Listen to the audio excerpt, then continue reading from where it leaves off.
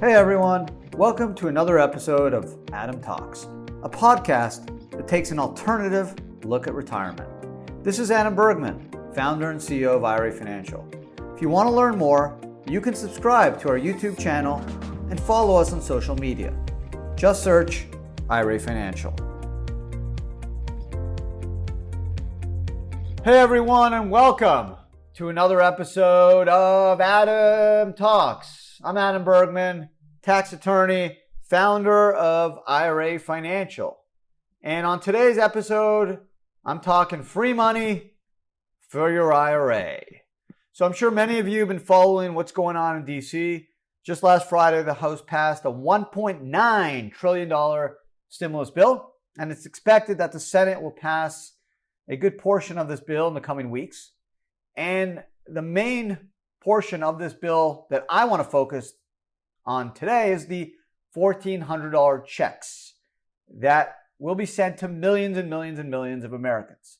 And as of today, the income threshold for receiving a $1,400 stimulus check is if you make less than $75,000 and you're single, or $150,000 and you're married, filed jointly. And I'll get into the details of eligibility for the checks in a second. But the interesting thing is this is the second major stimulus bill that's been passed since the advent almost a year ago, or close to a year ago, of COVID-19. The first was the CARES Act, which was passed the end of March 2020. And the CARES Act was an important stimulus bill because this is really at the outset of COVID. And it provided $1,200 per adult if adults made less than $99,000 or $198,000 for joint filers, and also $500 per child under 17 years old, so up to $3,400 for a family of four. This relief package offers $1,400 checks, $75,000 or less than $150 joint, and it also increases the definition of dependents and includes adult, which will increase the number of Americans receiving stimulus checks by 26 million. So it's going to also include college students, disabled adults, and elderly Americans that are deemed dependent. So as of now, as of the current state of the bill, if a family of four, two dependents, two parents, $1,400 times four, $5,600 in extra cash. Now we know COVID-19 has destroyed many lives, not just because of the people that have lost their lives, but financially. Families have been devastated by the financial impact of COVID-19. Millions and millions of Americans have lost their jobs and have struggled. And that is, again, the main purpose of the stimulus bill. Now, I don't want to get into the politics of the stimulus bill. Is it too rich? Is it giving too much money? Is it going to create inflation? That's not the purpose of the podcast. I want to focus on facts. And the facts are the checks are coming. Whether it's good, bad, or indifferent, the checks are coming. So you would think dealing with a pandemic, COVID-19, 500,000 plus people losing their lives, millions and millions and millions of Americans losing their jobs, that we would be in a severe savings crisis, right? Everyone should be using all their money to just get by. But that's not what's happening.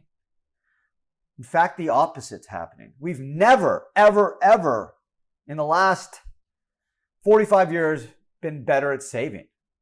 Crazy, right? But listen to this.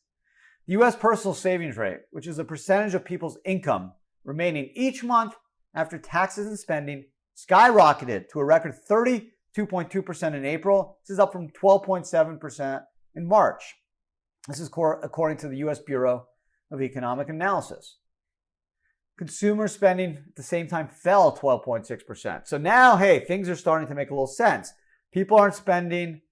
People are spending less. Nowhere to spend their money. We're dealing with pandemics, quarantine, social distancing. No one's going on planes. People aren't commuting to work. People aren't spending money on gas. People don't have to fix up their car. People are staying home, not partying, not throwing weddings and anniversary parties and going on big vacations. So the cash is building up. According to the Federal Reserve Bank of St. Louis, the previous record American saving rate was 17.3% in May 1975. Okay? Over the last 10 years, the savings rate hovered between 6 and 8%. We're at a whopping 32.2%, and that was in April. Okay? So as a group, we've amassed an astonishing amount of savings during the pandemic, and a lot of the money rests in bank accounts. And it's not just the rich. Listen to this. Household savings totaled $3.9 trillion last month. Trillion. This is up from $1.4 trillion February of the year earlier. $2.5 trillion of extra cash sitting in the bank. Okay? The personal savings rate, or savings as a share of after-tax income, it shot up to 20.5% from 13.4%. This marks, listen to this, the highest level since May. And the only time the savings rate was higher was before World War II, before 1939. So we are in uncharted territories. We've done what we basically have been forced to do. Save. Nowhere to spend the money. Okay? Funny, I took a very loose survey about a month ago with 66 employees and asked my employees, yes or no, do you have more money today than you did a year ago? Each one said yes. Okay, and yes, thankfully, they're employed. We've been able to give people raises and bonuses. We've been very fortunate. Our business has grown tremendously in the last year. We're up over 350%. Alternative assets are super hot. People are looking to diversify. And it's just, we've been blessed, without kind of saying more. We've been really lucky. So yeah, I understand that our employees are doing well, but they're not alone. According to JP Morgan, the 1.8 million family checking accounts, in October, the median balance was up about 40% from the year earlier. And median balances for family in the lowest quarter of the income distribution were up about 45%. Okay, so it's not just my team. JP Morgan, 1.8 million checking accounts, 40 to 45% increases in cash. An extra $2.5 trillion savings in the last year. Okay, so guess what? Lots of those Americans are going to be getting these $1,400 checks. So what do you do with the money? Clearly, number one is use it for what you need. If you need to pay rent or pay off debt or put food on the table, your priority number one is you and your family. Got it. But if you're one of these people that have lots of savings, never been able to save more, you're in a relatively stable situation, maybe because you're been furloughed and you're going to hopefully get your job back, or you've gotten your job back, or you've never lost your job, or you're receiving extra stimulus in the form of supplemental unemployment insurance and you're just doing okay. Here's a tax tip for you. Think IRA. What do you mean, think IRA? Well, we know in the last year, people have been investing, right? We see what happened in GameStop, AMC, Robinhood's accounts, have gone up tremendously. People are day trading. People have extra money, and we know that based off the statistics. So if you're going to invest, do it in a Roth IRA. Okay, if you got a stimulus check, it means your income's less than either 75 or 150. So you're under the Roth IRA income threshold. That means you can have a Roth IRA. You can also potentially have a pre-tax IRA. You just need to remember one thing. If you have access to an employer 401k, even if you don't contribute, if you make more than $76,000, you're single, you may not be able to get a pre-tax deduction. So meaning you should probably do a Roth IRA because the traditional IRA may not have a lot of value. If you're married with a 401k, and you make more than 125 and you have access to a 401k, you're not going to get a pre-tax deduction for your IRA. So you probably want to start thinking Roth, because if you're not getting the deduction, why do you want to do a traditional IRA? You want to do a Roth. Why? Because Roths are after tax. You don't get a tax deduction, but if you keep your Roth open at least 5 years and you're over 59 and a half, all your money's tax-free. You can pull out all your money tax-free. So instead of buying stocks on Robinhood or Bitcoin in a personal account on Coinbase or Gemini, open a Roth IRA. Let's say you're a family of four. You got $5,600. Let's say you're going to take $3,000 and you want to invest it. The rest you're going to use to pay off credit card or do whatever you want to do with it. Instead of just dumping it in a personal account and going to Robinhood to trade, do it in a Roth. Now, unfortunately, Robinhood doesn't offer retirement accounts. I've been on them trying to work with them to set it up for them, but haven't been able to make any headway. So I'm not a type of person that likes to sit around. I said, you know what? Do it myself. And in the next few months, we're launching our own trading platform through Fidelity, where you'll be able to trade robo products and eventually individual stocks, just like Robinhood, no commission. Also, crypto funds, whether it's Bitcoin, Ethereum, or specially managed alt funds that you can use your IRA or Roth IRA or 401k to invest in, all on our platform, all for no commissions. Okay, so you're not going to need to go to Robinhood and use a personal account. You can come on our platform and do it in a Roth IRA. And this is the trick right here. So let's say you're putting the $3,000 in the Roth IRA to buy Bitcoin or to buy GameStop stock. That's fine.